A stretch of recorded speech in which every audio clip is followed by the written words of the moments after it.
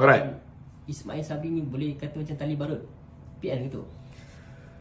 Saya nak kata dia sebagai bekas Perdana Menteri, tali barut PN tu mungkin tak sampai ke tahap tu lah. Tetapi saya yakin beliau mempunyai kerjasama yang baik dengan rakan-rakan daripada PAS dan Bersatu. Dan saya tak terkejut kalau misalnya selepas ini beliau mengusungkan kerusi BERA.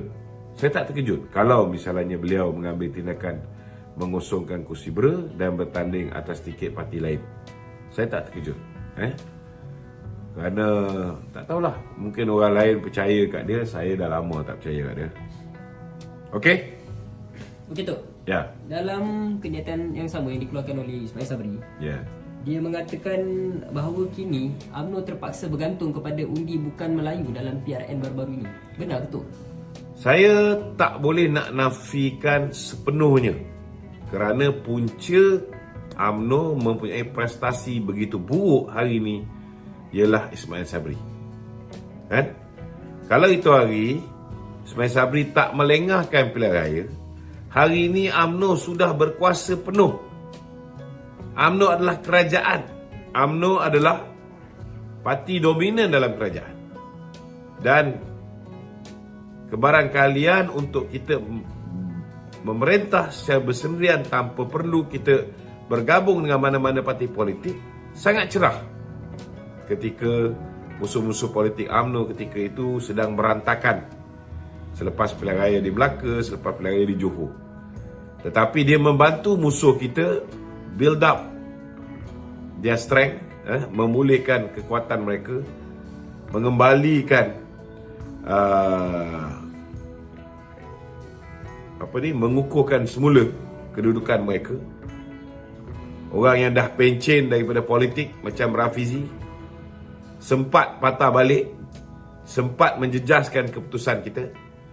Semuanya kerana Ismail Sabri ya. Kerana dia nak menjadi Perdana Menteri dan kerana dia mendengar bisikan-bisikan syaitan daripada menteri-menterinya yang tak nak hilang kuasa. Mungkin ada banyak sebab kenapa mereka tidak mau buat pilihan raya cepat. Mungkin kerana apa yang dah diluluskan belum materialize, kan? Mungkin apa yang dia patut dapat belum dapat. So ini semua berpunca daripada dia, kan? Jadi kalau misalnya dia meletakkan kepentingan parti mengatasi kepentingan peribadi dia, hari ini UMNO boleh memerintah secara bersendirian. Dan silap-silap dia masih Perdana Menteri, kan? Tapi nak buat macam mana? Dia tahu kalau BN memerintah secara bersendirian, kebarangkalian besar Presiden UMNO lah yang akan menjadi Perdana Menteri. Betul tak? Maka beliau telah membantu musuh dengan melengahkan pilihan raya, dengan harapan supaya UMNO tak boleh, BN tak boleh memerintah secara bersendirian. BN terpaksa menarik sokongan daripada Bersatu dan PAS untuk membentuk kerajaan, dan akhirnya Bersatu dan PAS akan diktate UMNO siapa yang dia mahukan sebagai Perdana Menteri. Maka akhirnya dia akan kembali sebagai Perdana Menteri. Wa makaru wa makarallah wallahu khairul makirin. Dia merancang, Allah Ta'ala pun ada perancangan dia. Akhirnya apa yang berlaku? Akhirnya rupa-rupanya betul kita boleh menubuhkan kerajaan, tetapi bukan dengan Bersatu, bukan dengan PAS, tetapi dengan Pakatan Harapan. Silap siapa? Silap diri sendiri. Okey.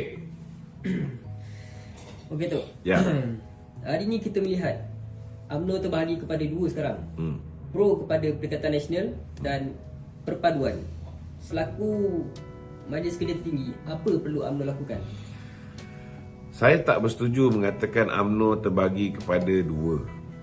Sebab kebanyakan daripada pengkhianat-pengkhianat yang pro kepada kerajaan, kepada Perikatan Nasional ni, ramai yang sudah tidak ada lagi bersama dengan UMNO. Yang hari ini nak menggerakkan perhimpunan dekat PWTC kononnya. Ini semua puak perikatan. yang dah join Muafakat Nasional, kan? Yang ada mungkin 2-3 orang yang digunakan oleh Syamuddin untuk buat kacau bising, kan? Ada 2-3 orang yang berhasrat untuk melarikan diri daripada perjuangan ni. Lepas tu dia kata kita yang lari daripada perjuangan, kan? Tak ramai. Jadi tak adil lah kita nak kata UMNO ni terbagi dua. Tak betul, kan? Ada orang UMNO yang belum bersedia menerima kerjasama dengan Pakatan Harapan, khususnya DAP. Betul, ini wujud, kan? Tapi nak kata orang UMNO hari ni sebahagian daripada mereka tak keluar mengundi, sebahagian daripada mereka mengundi Perikatan Nasional kerana mereka sayang kat Ismail Sabri ke, sayang kat Khairi Jamaluddin ke, sayang dekat Anwar Musa ke, sayang kat Tom Faisal ke. Tak adalah. Okey tu. Ya. Menjelang PRK di Pulai dan juga Dun Simpang Jeram. Okey. Adakah boleh kita pisahkan Johor dari arus penolakan terhadap UMNO DAP? Adakah Johor akan selamat kerana BN menang di sana sebelum ni? Komen tu.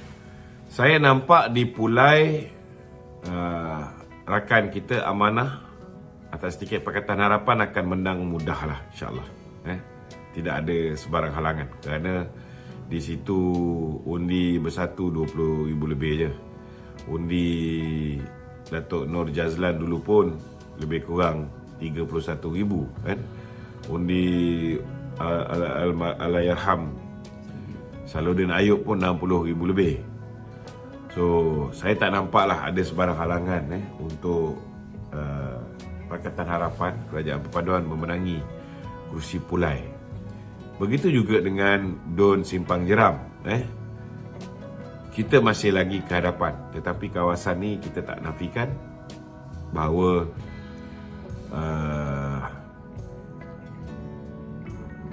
pasti akan ada saingan. Pasti akan ada saingan. Begitu juga dengan Dun Pelangai di Bentong Pahang,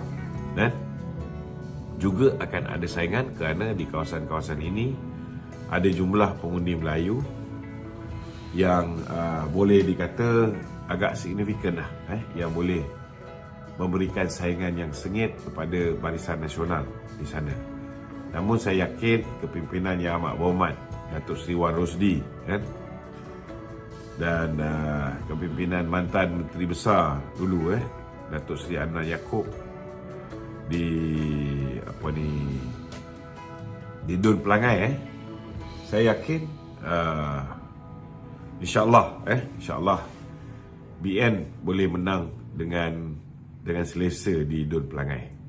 Saya pun ada bercakap ada berhubung dengan Datuk Seri Adnan Yaakob, beliau kata beliau akan bekerja keras dalam memastikan kemenangan Barisan Nasional di Dun Pelangai. Ini satu benda yang saya rasa sangat lega lah bila mendengar beliau kata demikian. Okey? Itu. Ya. Kalau ada, kita open kepada... Okey, kita buka kepada soal jawab daripada rakan-rakan di rumah. Siapa yang nak masuk, boleh masuk ke TikTok saya, Datuk Lokman Adam.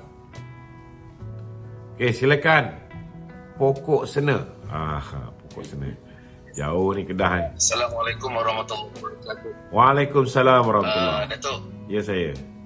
Sebenarnya saya nak mengucapkan satu ucapan yang dianggap sebagai, saya rasa amat kagum dengan Datuk Lokman Adam, susul tubuh yang saya rasa bertahun Datuk berjuang setiap malam, setiap masa ni. Saya menganggap ini adalah satu kejayaan besar untuk UMNO kerana ada orang seperti Datuk.